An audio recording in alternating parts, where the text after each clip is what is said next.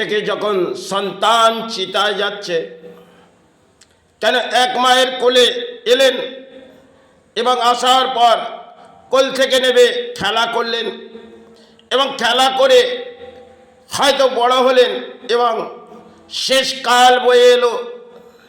যখন শেষ কাল বয়ে এলো, সেটা তার জীবনের একটা লড়াই হয়ে গেল। কেন মায়ের কোল থেকে সন্তান চলে যাচ্ছে, সেই জগৎ মায়ের কোলে, কেন জগৎ মায়ের কোলে গিয়ে সে বিশ্রাম নেবে। এই জগতে এসে হয়তো সে অর্থ নিয়ে খেলা করলো, আর কর্ম তার জীবনে রইল, সাথে ধর্ম রইল।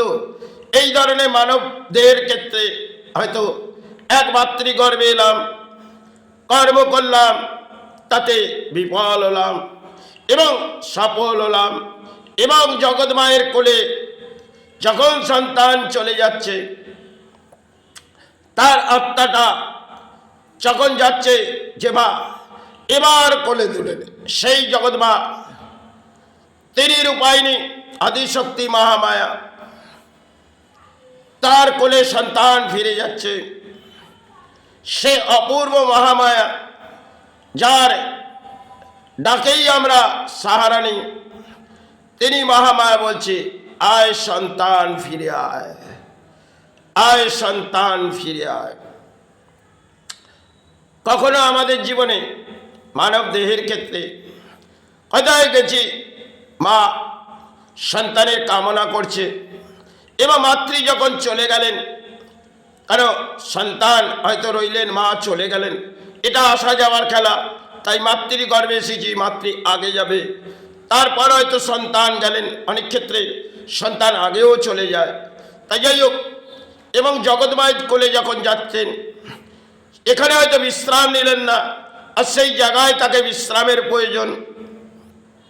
এই জগতের সৃষ্টির এমন খেলা, যেখানে আমরা অর্থের পেছনে ছুটছি, কর্ম করছি, সাথে একটু ধর্ম ডাকছি, এবং যখন আমার পালা কীর্তন শেষ হয়ে গেল এবং জগৎ মায়ের কোলে যেতে হবে, সেই জগৎ মা যার আবির্ভাবে এই ভূমিতে এসেছি, ফিরে যেতে হবে।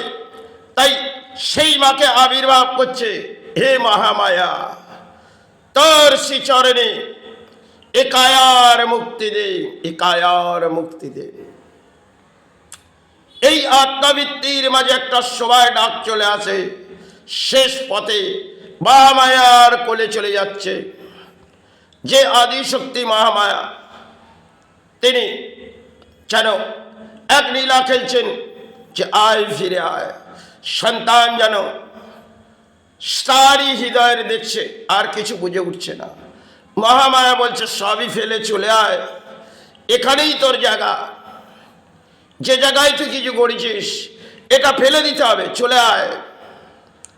এই জায়গার মাঝে যা করেছিস, সেটা তোর কর্ম ছিল। এবার আমার সন্তান হয়ে তুই ফিরে আয়। তাই সন্তান যেমন মায়ের কোলে এলেন এবং বড় যখন এলে ছুটতে লাগলেন, এবং ছুটতে ছুটতে হয়তো বিশ্রাম হলে না, একটা সময় জীবনে কেটে গেলে, সে মা এবার তো ফিরে যেতে হবে। তাই আসা যাওয়ার পালা, হয়তো কর্মের পেছনে থাক, চাই ধর্মের পেছনে থাক।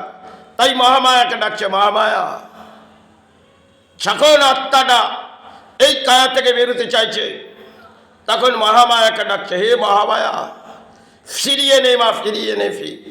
এই ডাকটি কিন্তু প্রাণের মাঝে বেঁচে আসছে। আর একটি শব্দ যেন ঘড়ঘড়ানি চলে আসে।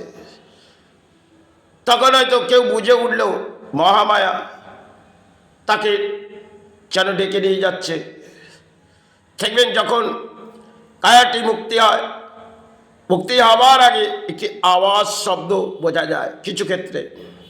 তাই আওয়াজটা মহামায়া তখন দেখে এবার সন্তানের ফেরার পালা, এবং দূর পথ এসেছে, ফিরে তো তাকে যেতে হবে। এই জগতের পথটা একটা সৃষ্টির মাঝে দূর পথ, এবং ওই জগতে যেতে গেলে বহু দূর পথ। সেই দূর পথ হেঁটে তো যাওয়া যাবে না। এই আত্মাটা বেরিয়ে চলে যাচ্ছে যখন, হে মা করতে করতে পৌঁছে গেল মাতৃর কাছে। এই জগতের সৃষ্টির যা খেলা, সবই মহামায়ার একটা নীলা, যেখানে আমার আমার বলে চিৎকার করলাম, যখন শেষ শব্দ একটা আওয়াজ চলে আসছে, সে মহামায়া। যখন কেউ ছাড়তে পারছে না এই মায়ার জাল, সে মায়ার জালটা বুনেছে, সংসার করেছে, পরিবার করেছে, ব্যয় সৃষ্টি করেছে। এবার মহামায়ার খেলা, সে ফিরে আয়। সে ডাকের মাঝে তিনি তাকে ডেকে নিচ্ছে, চলে আয়, এ তো মায়ার জাল, যে জালের মাঝে তুই পড়েছিস, এবার তুই ফিরে আয়। সন্তানের হৃদয়ের ব্যাখ্যা এবং মাতৃর সাথে একটা ম্যাগনেটের মতো সিস্টেম হচ্ছে, সেটা পাওয়ার হয়তো আমাদের কখনো থাকে না, কিন্তু শেষ শব্দে একটি পাওয়ার সৃষ্টি হচ্ছে। মা ডাকছে, ফিরে আয়, ফিরে আয়। এই আসা যাওয়ার খেলার পেছনে হয়তো কিছু ধর্মের আশ্রয় নিলাম, কর্ম করলাম, ফেরার যখন পালা থাকে তখন মহামায়া যেন ডাকতে আসে। সমস্ত কিছু একটা সৃষ্টির খেলা। ছাড় পেছনে করলাম কর্মের লড়াই করে, ধর্ম করলাম, সেই একটা সময় বিলীন হলাম।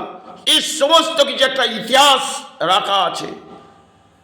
তবে সৎ কর্মের পেছনে ছোট, অসৎ কর্মে কিন্তু মহামায়া আদিশক্তি তিনি কিন্তু একটা সময় দণ্ড দেয়। আর সেটা সময় যখন আপনাকে ডেকে নিয়ে যাচ্ছে, কখনো দেখবেন এই ডাকার পেছনে আপনি যে পাপ কর্ম করেছেন, মহামায়া আপনাকে তিনি দণ্ড, হাতে একটা দণ্ড নিয়ে আছে, সেই দণ্ড নিয়ে আপনাকে দণ্ড দেবে। সে কলির রাজ্য হোক, যা কিছু হোক, মহামায়ার একটা অদ্ভুত লীলা আছে। সেটা সন্তান যখন এই জগৎ থেকে সেই জগতে ফিরে যাচ্ছে, সেই জগতে মহামায়া দেখছে যতটা পাপ করেছে এবং পুণ্য করেছে, তার বিচার সেইভাবেই হবে। কখনো মহামায়া একটা হাতে ছড়ি নিয়ে আছে, আবার কখনো একটি খড়গ যেন হাতের মধ্যে নিয়ে বসে আছে, এবং কখনো মায়া দেখছেন যে আমার সন্তান যখন ফিরে আসছে, সৎ কর্ম নিয়ে ফিরে আসছে, তাহলে শ্রীচরণে নিয়ে নেই। এই হচ্ছে মহামায়ার অদ্ভুত খেলা। যাই হোক, এই মহামায়ার অদ্ভুত খেলায় হয়তো কিছুটা ধর্মের বাস থেকে বুঝলাম, কিছুটা কর্ম করলাম, সফল চাই বিফল।